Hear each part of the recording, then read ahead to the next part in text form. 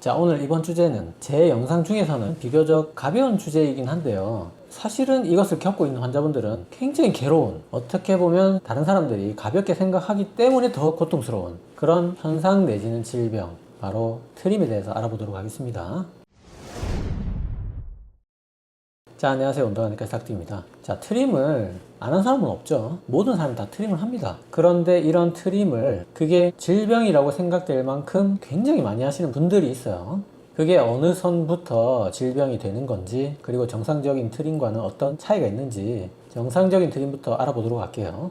자, 우리가 정상적인 트림을 생리적 트림이라고 합니다. 생리현상이라는 거죠. 생리현상이라는 말 자체가 정상적인 현상이라는 뜻이에요. 자, 이런 트림은 우리가 보통 공기가 이 기도를 통해서 왔다 갔다 해야 되는데 이 식도를 통해서도 왔다 갔다 할 수가 있습니다. 그 식도에서 올라온 공기가 이 상부식도 조윤근을 통해서 빠져나오는 현상을 트림이라고 합니다. 그래서 식도에서 이렇게 공기가 올라오죠. 올라와서 입을 통해서 이렇게 나갑니다. 근데 여기서 소리가 나는 것은 입에서 소리가 나는 게 아니고, 이것은 입에서 나는 소리가 아니고 요 상부식도 조윤근, 여기 막혀있는 요 부분에 마찰을 통해서 이렇게 트림 소리가 꺽 하고 나는 게 바로 트림이 되겠습니다. 자, 왜 우리는 생리적 트림을 하는가? CT 연구를 통해 살펴보면 우리가 음식을 10cc 먹는 동안에 더 많은 공기, 즉 17cc의 공기를 동시에 먹는다고 해요. 추가로 공기를 평균 8에서 32cc를 먹는다고 합니다. 그래서 이게 이제 위에 차겠죠. 근데 위에 계속 차면은 우리가 살 수가 없으니까 자동으로 식도를 통해서 입으로 나오게 돼 있습니다. 그게 정상적인 위 트림이고, 그래서 저도 20회 누구나 생리현상으로 트림을 하루에 20번 하는 거예요. 이렇게 나오는 거는 위나 십이장에 과도한 공기가 쌓이는 것을 방지하기 위해서 나오는 생리현상입니다. 그래서 이게 불수의적 현상, 즉 일부러 하는 게 아니라는 거예요. 그래서 이런 생리적 트림은, 자, 요거를 알기 위해서 식도가 입구 출구에 두 개의 관략근이 있다는 걸 알아야 돼요. 이 관략근이 굉장히 세게 잠겨 있습니다. 그래서 우리가 물구나무를 써도 음식이 입으로 쏟아지지 않는 거예요. 이게 굉장히 세게 닫혀 있는데 음식을 통해서 들어온 공기가 이렇게 축적이 되면 이 공기들이 위천장에 모여 있다가 요 첫 번째 하부 식도 관략근이 일시적으로 탁 열리면서 공기가 식도로 딱 들어갑니다. 공기가 이제 식도 연동을 통해서 이렇게 위로 쭉 올라가면 마지막에는 이제 상부에 있는 관략근, 조인근, 요게 탁 열리면서 소리 꺽 하면서 이렇게 나오는 거예요. 그래서 요 밑에 관략근이 일시적으로 열리는 거를 TLESR이라고 합니다. 이런 거는 뭐 몰라도 돼요. 그런데 오늘 이 영상을 보시는 분들이 내가 평소에 트림하는 것 때문에 보진 않겠죠. 트림을 생리현상 그 이상으로 굉장히 많이 하는 사람이 있어요. 이거를 생리적 트림이 아닌 트림장애라고 합니다. 자, 이런 트림장애를 가지고 있는 분들은 일단 웬만하면 약이 잘 안 듣습니다. 그리고 이 트림이 굉장히 부끄러울 수 있기 때문에 이것 때문에 이제 사람이 많은 곳에 가는 거를 꺼려하는 현상까지 생기게 돼요. 그래서 심하면 대인기피증까지 생기게 되고, 그리고 이게 계속 트림이 올라오니까 공기가 가슴에 항상 고여 있는 느낌이 들고 가슴이 막 여기 탁 공기에 맺혀가지고 아프다 이렇게 얘기를 해요. 그리고 트림 자주 하는 게 그게 뭐 병이냐 이런 인식이 있기 때문에 가족들이 몰라주는데 심지어 의사도 무시하는 경우가 많습니다. 사실은 이렇게까지 트림이 괴로울 거라고 저 자신도 좀 과소평가한 부분이 있다고 생각해요. 그래서 이 영상을 하루 종일 만들면서 정말 하루 종일 내내 반성했습니다. 그래서 여러 의사들도 이 트림 장애를 상당히 과소평가하는 편입니다. 하지만 환자분들은 이렇게 굉장히 괴로울 수 있다는 거예요. 자, 그러면 어떤 사람을 트림 장애로 진단하는가? 즉, 누구부터 병인가? 트림 장애 진단 알아볼게요. 트림 장애 진단은 다음과 같습니다. 근데 여기서 위 트림이냐, 위 상부 트림이냐 이런 말이 나오죠. 자, 오늘 이 시간에 트림에 두 가지 종류가 있다는 걸 알아야 돼요. 자, 조금 일어나 볼게요. 자, 위 트림과 위 상부 트림이 있어요.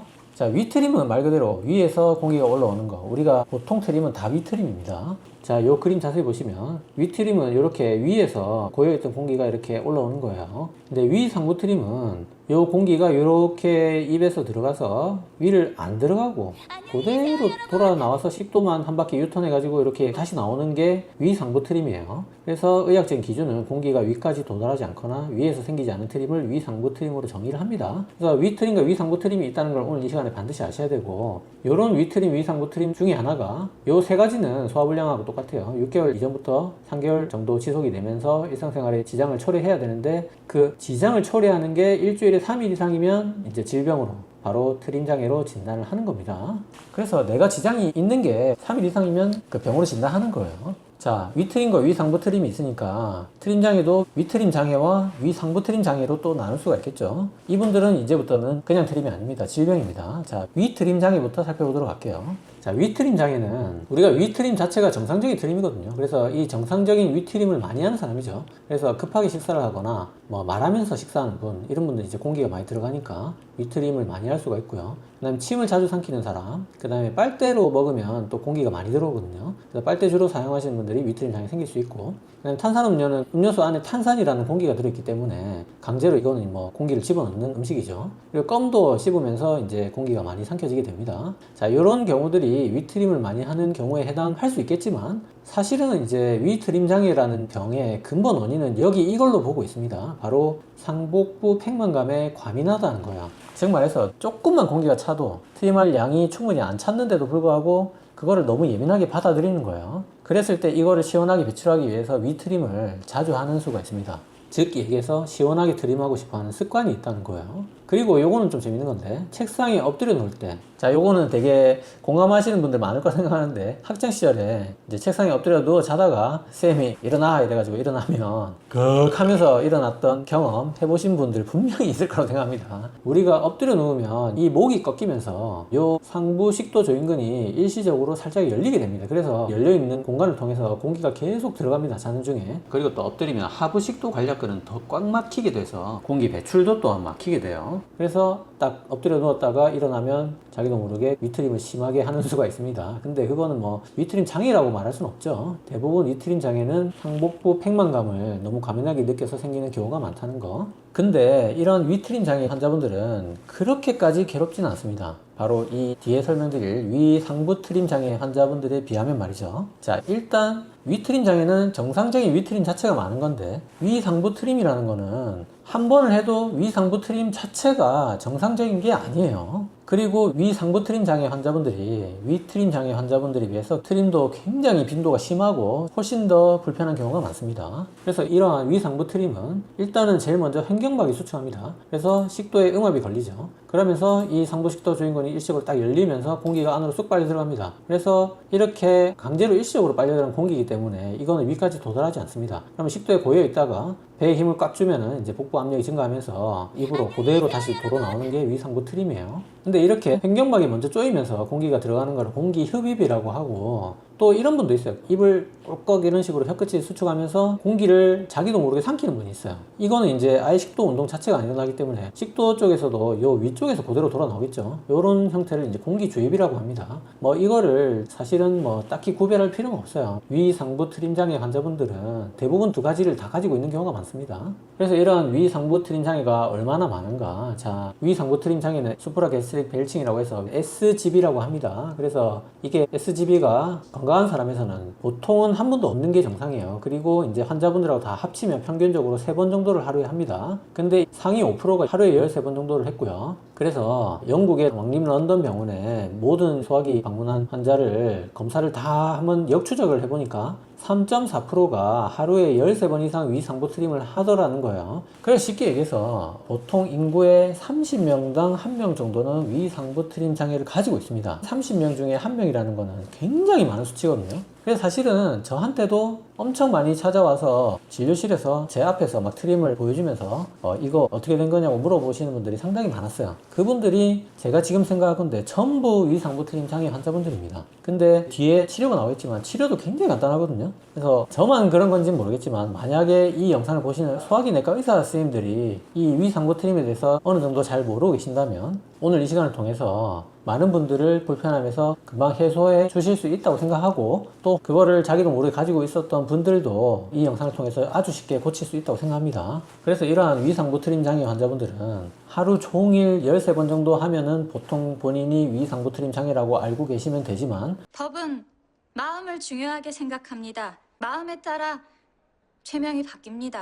그게 의학도 똑같습니다. 내가 불편하다는 마음이 중요해요. 일단은 병적으로 분류를 하려면 본인이 불편하다고 인지를 하면 그때부터 병이 되는 거예요. 그 본인이 불편한 게 일주일에 3일 이상이면 위상부 트림 장애 환자로 진단이 될 수 있는 거고, 이분들의 또 특징이 뭐냐면 하루에 13번이 아니라 1분에 20회 이상 하는 분들도 굉장히 많습니다. 즉 거의 3초에 한 번 계속 하는 거예요. 이렇게 자, 실제로 보면 이렇게 이런 식으로 자 보세요. 거의 뭐 몇 초에 한 번씩 계속 하는 거예요. 그래서 자, 이 위상부 트림 장애가 왜 생기는가? 처음에는 역시 복부 팽만감을 해소하려고 일부러 트림을 시작합니다. 근데 이거를 계속 하다 보면 트림이 자기 스스로 조절될 수 있다는 증상이라는 것 자체를 까먹게 될 수도 있는 거예요. 그리고 이분들이 또 잘 때는 절대 트림을 하지 않습니다. 그래서 이게 자기도 모르게 일부러 하는 거라는 거예요, 사실은. 그리고 이분들이 또 주의를 환기시키면, 즉 주의를 다른 곳으로 집중시키면 트림을 또 안 하는 경우가 많습니다. 그래서 이게 결국 심리적인 거라는 뜻이죠. 그래서 스트레스하고 굉장히 연관이 많습니다. 그리고 우울증을 또 가지고 있을 가능성이 많아요. 자, 그리고 우리가 주변에서 트림을 굉장히 자기도 모르게 엄청 소리 안 내서 조심해서 하는 분들이 많은 걸 볼 수가 있는데, 이분들이 일부러 조심해서 해야지 이렇게 하는 게 아니어도 저절로 조심해서 나오는 사람들이 많거든요. 그걸 보면 이게 처음에는 일부러 조심해서 했겠지만 그게 점점 습득이 돼서 나도 모르게 자동으로 저절로 조심해서 나오게 되는 거에 이르는 거예요. 그러니까 이게 트림이라는 게 습득이 되는 행동이라는 그 증거가 되겠고, 반대로 얘기해서 나도 모르게 트림이 계속 나오는 게 처음에는 일부러 한 건데 자기도 모르게 자동으로 나올 정도로 습득이 되는 행동일 수 있다는 겁니다. 그래서 이러한 위상부 트림 장애의 대부분은 스트레스하고 연관이 많고 처음에는 일부러 시작하는 경우가 많아요. 그 외에 주로 위상부 트림이 이런 것들과 연관이 많고, 이 중에서 식도염 하나만 좀 보면 이 역류성 식도염 있는 분들이 또 거의 절반 정도가 이런 위상부 트림을 가지고 있는 경우가 많고, 위산 차단제가 뭐 트림 횟수를 줄이지는 못하지만 또 증상을 개선할 수는 있습니다.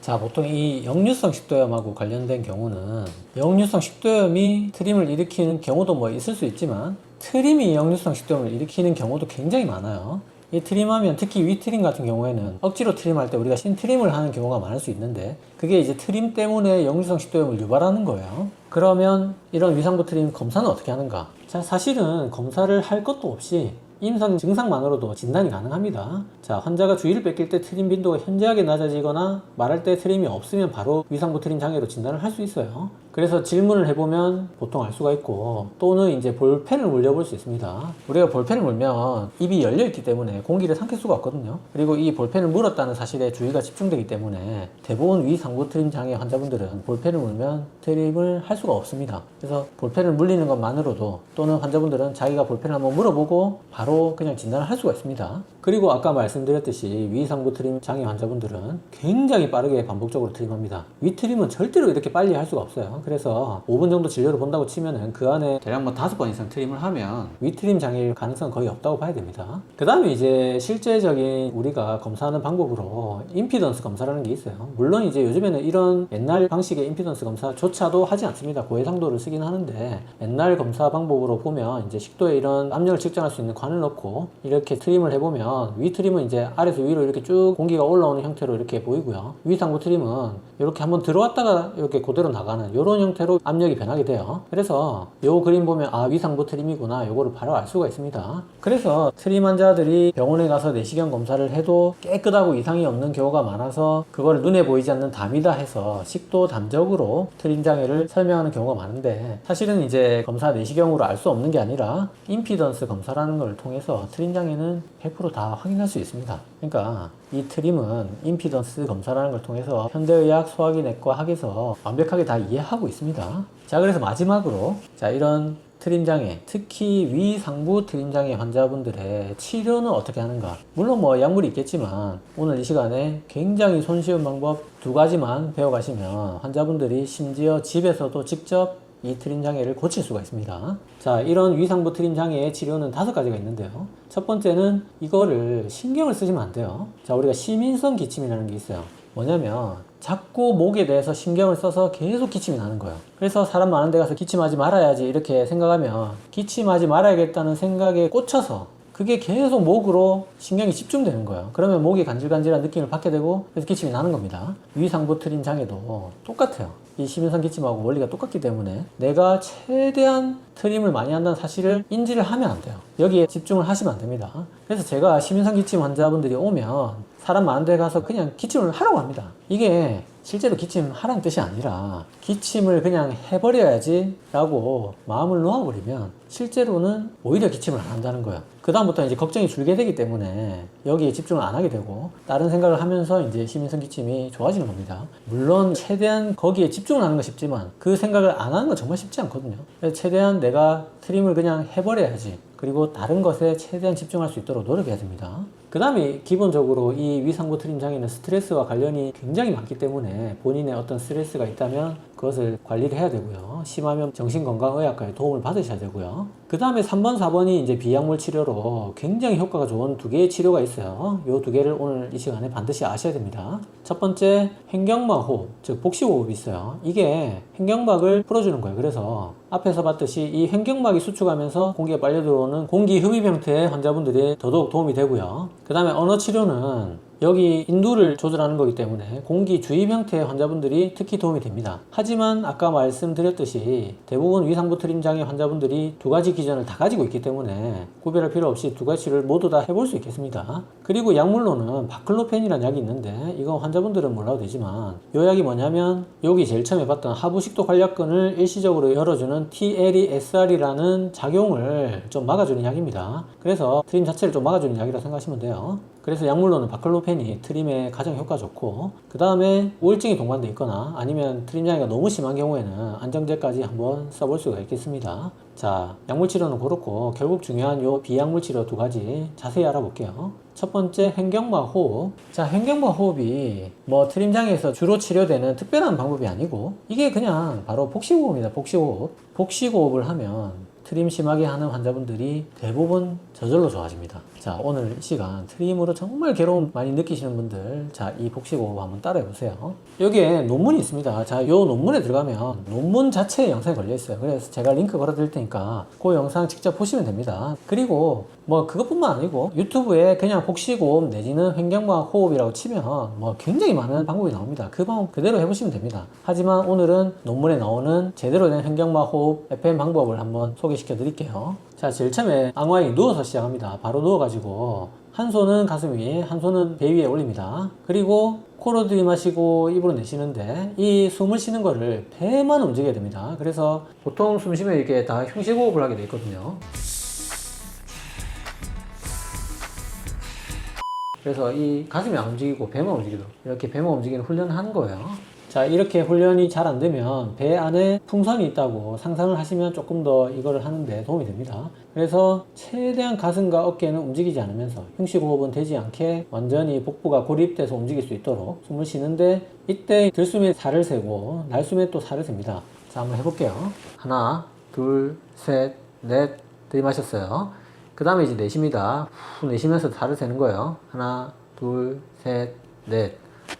들이마시면서 4번, 내쉬면서 4번. 이렇게 해서 이게 잘 되면 이제 들이마시는 거는 4번을 유지하면서 내쉬는 거를 8까지 세는 거예요. 처음에는 4 들이마시고 4 내쉬고, 잘 되면 4 들이마시고 5 내쉬고, 4 들이마시고 6 내쉬고, 4 들이마시고 7 내쉬고, 마지막에는 4 들이마시고 8 내쉬면 복식호흡이 완성이 되는 겁니다. 자, 이때 내쉬는 동안에 8까지 세는 게 상당히 힘들 수가 있습니다. 그때는 입술을 오므리면 천천히 내쉬는데 도움이 됩니다.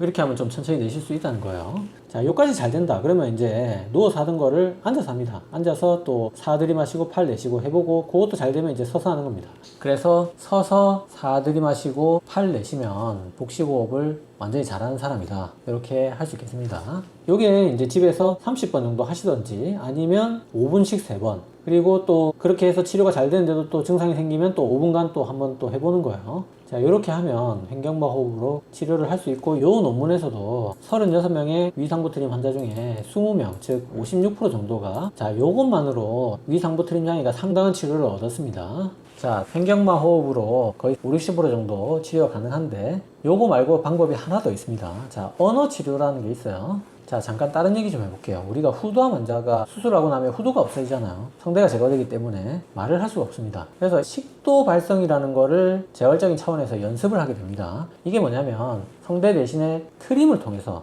식도에 꺽꺽거리는 그 소리를 가지고 말을 하는 거예요.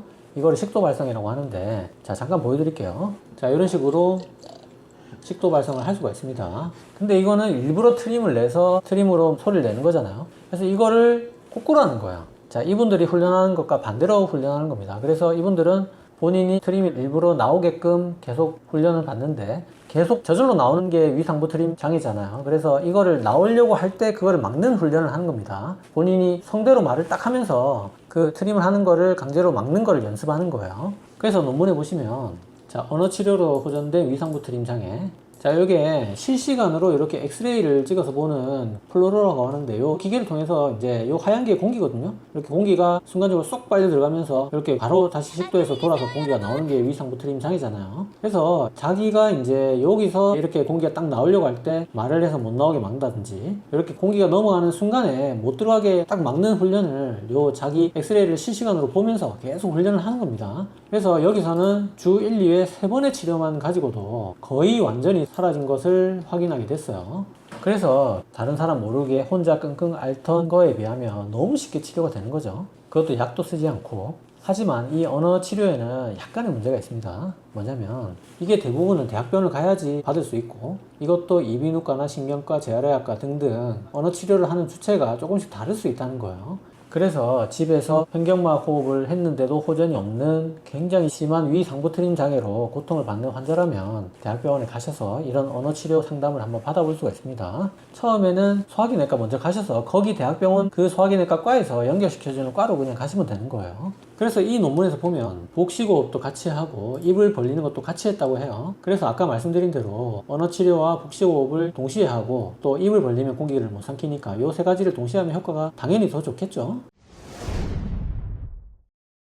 그래서 오늘 이 시간 트림에 대해서 현대의학, 소화기내과 학이 어디까지 연구가 되어 있는지 모든 것을 살펴봤고 정상적인 위트림과 그리고 병적인 트림, 즉 트림 장애, 거기서도 위트림 장애와 위상부 트림 장애가 있다는 거, 특히 트림으로 고통받는 분들의 대부분은 위상부 트림 장애라는 거, 그리고 굉장히 심한 형태의 이 위상부 트림 장애 환자분들이 대부분 스트레스와 연관이 많고 약물 치료가 아닌 언어 치료하고 복식호흡만으로도 상당수가 아주 쉽게 치료가 된다는 내용 말씀드리면서 오늘도 세 줄 요약으로 마무리할게요.